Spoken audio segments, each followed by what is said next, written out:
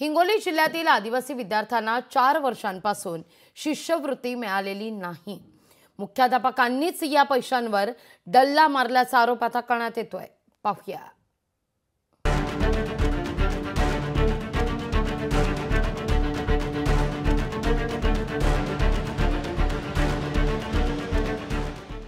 ढोलक्याची वाडी नावाच्या गावातील ही जिल्हा परिषदेची शाळा।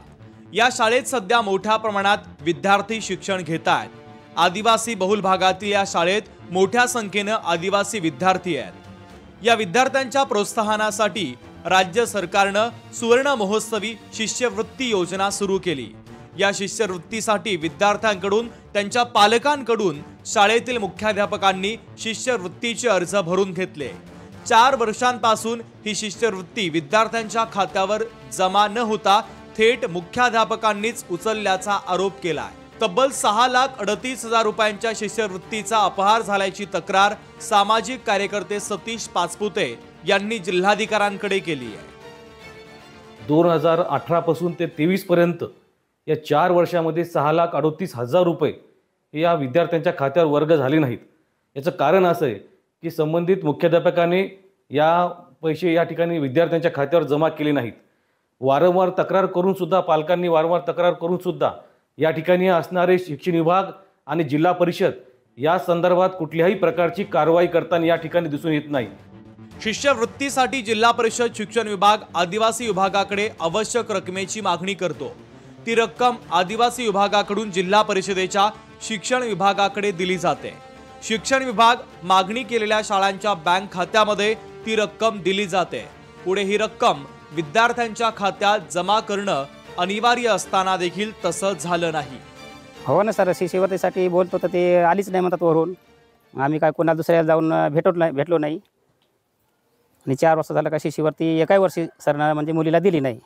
एका वर्गातल्या मुलीला दिली नाही। हो, फॉर्म भरून दिला सर। आम्ही वर्षाच्या वर्षाला येऊन शाळेवर फॉर्म भरून देतो शिष्यवृत्तीचा, पण शिष्यवृत्ती दिली नाही। या वर्षाची भेटली की नाही भेटली। नाही, 1 वर्षाची माझ्याकडे बाकी राहिलेली आहे। मी 2-3 दिवसांमध्ये वाटप करणार आहे। कधीपर्यंत शिष्यवृत्ती वाटप होणं अपेक्षित होतं वगैरे?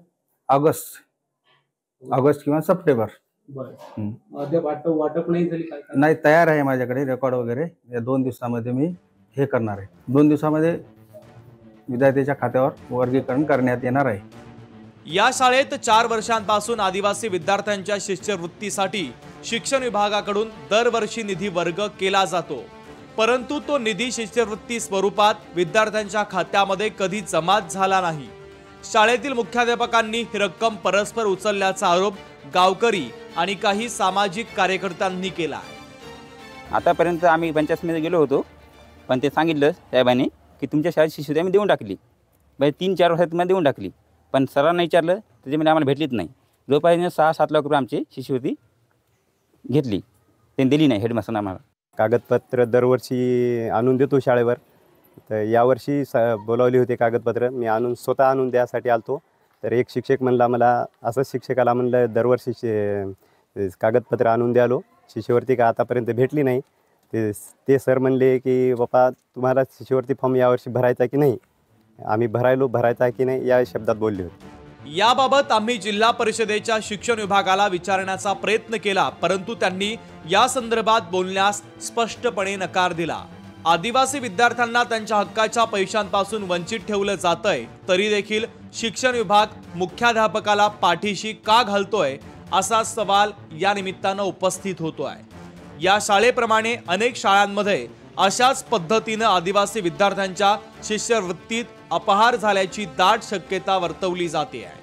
जिल्ह्यातील अनेक शाळांमध्ये जे आहे ते अशीच परिस्थिती उद्भवू शकते, कारण अनेक मोठा घोटाळा झाल्याची शक्यता वर्तवते। नेमकं या मुख्याध्यापकाला शिक्षण विभाग पाठीशी नेमकं का घालते हा देखील प्रश्न उपस्थित करतो। त्यामुळे जिल्ह्यातील अनेक शाळांची चौकशी करणं आता गरजेचं निर्माण झालेलं आहे।